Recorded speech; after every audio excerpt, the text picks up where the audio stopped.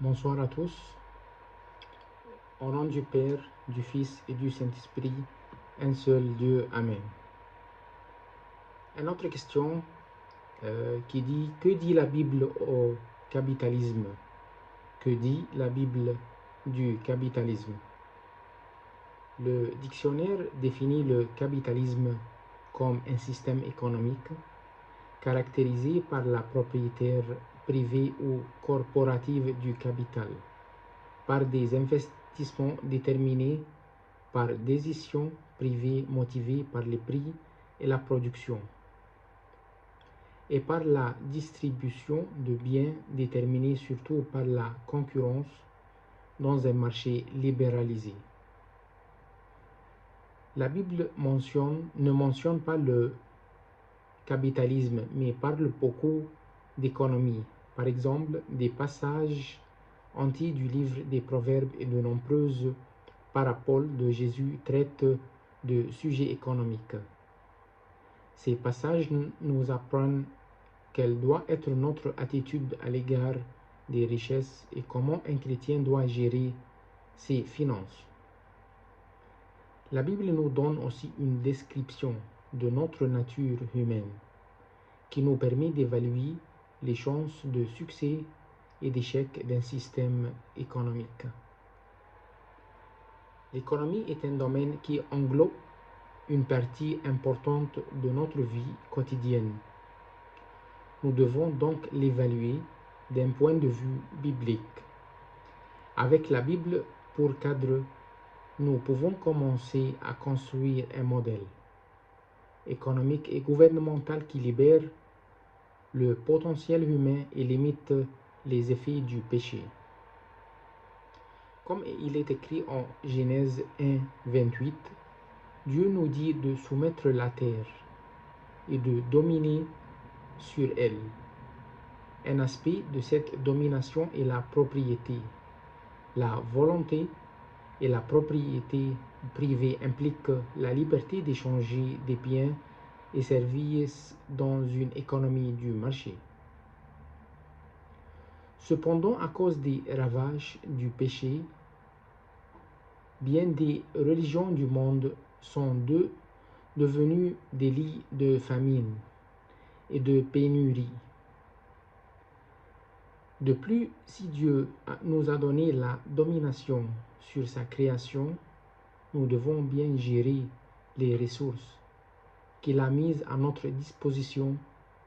Historiquement, le système de libre entreprise est mis à notre disposition.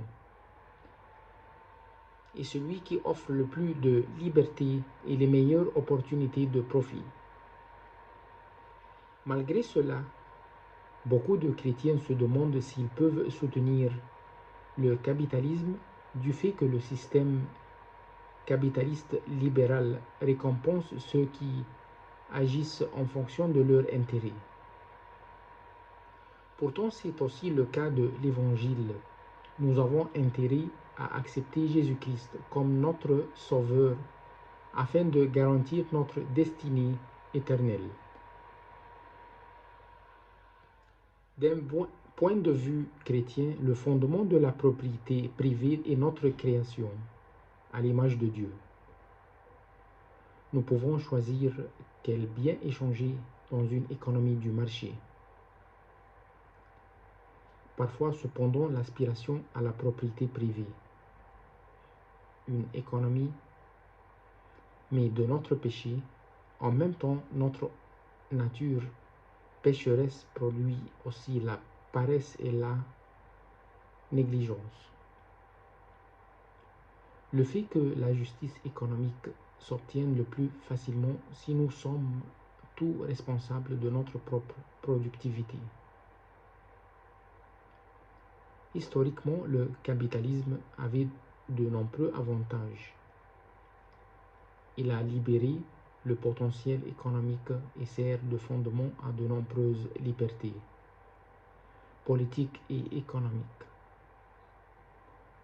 Quand le gouvernement ne contrôle pas les marchés, nous pouvons développer toute une panoplie d'activités entrepreneuriales. Le capitalisme a aussi ouvert la voie à de nouvelles libertés politiques parce qu'on limite le rôle du gouvernement dans l'économie. On le limite aussi dans d'autres domaines.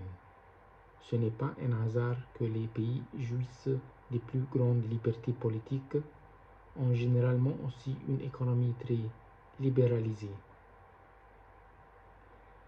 Les chrétiens ne peuvent cependant pas cautionner tous les aspects du capitalisme.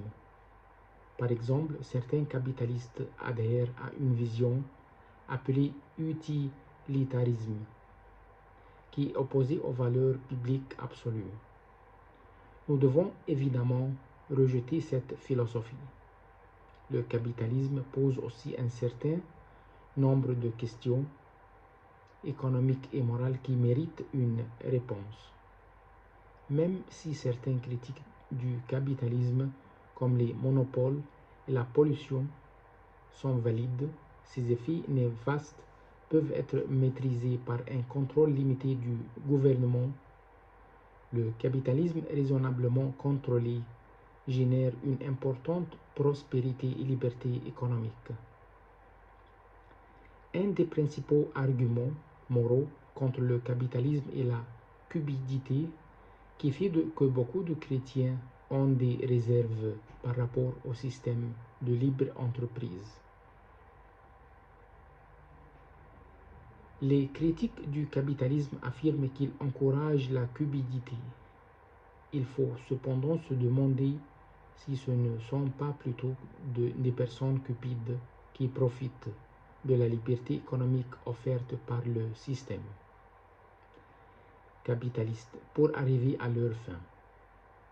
À la lumière de la description biblique de la nature humaine, comme il est écrit à Jérémie 17:9, cette dernière option semble plus probable. Les hommes sont pécheurs et égoïstes, et certains ne servent du système capitaliste pour satisfaire leur cupidité. Mais cela en dit plus sur la nature humaine que sur le capitalisme. L'objectif du capitalisme n'est pas de changer les gens mauvais, mais de nous en protéger. Le capitalisme est un système qui permet aux gens mauvais de faire le moins de mal possible et donne aux gens de bien la liberté de faire le bien. Il fonctionne bien avec des personnes moralement intègres, mais s'adapte aussi aux besoins des égoïstes et des cupides. Il est important de comprendre la différence entre intérêt et égoïsme. Nous pouvons tous servir nos intérêts d'une manière dénuée d'égoïsme. Par exemple, nous avons intérêt à trouver un travail pour avoir des revenus et pourvoir aux besoins de notre famille, ce qui est possible sans égoïsme. En revanche, les autres systèmes économiques comme le socialisme ignorent la vision biblique de la nature humaine et permettent donc la centralisation et la concentration du pouvoir entre les mains d'une minorité égoïste. Ceux qui se plaignent de l'influence des grandes entreprises doivent se demander s'ils préfèrent l'alternative socialiste du contrôle de tous les aspects de nos vies par la bureaucratie gouvernementale.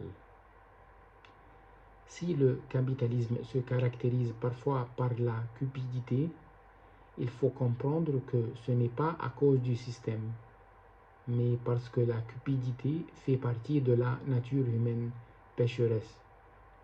La solution n'est pas de changer le système économique, mais le cœur de l'homme, par la puissance de l'évangile de Jésus-Christ. Gloire à Dieu. Amen.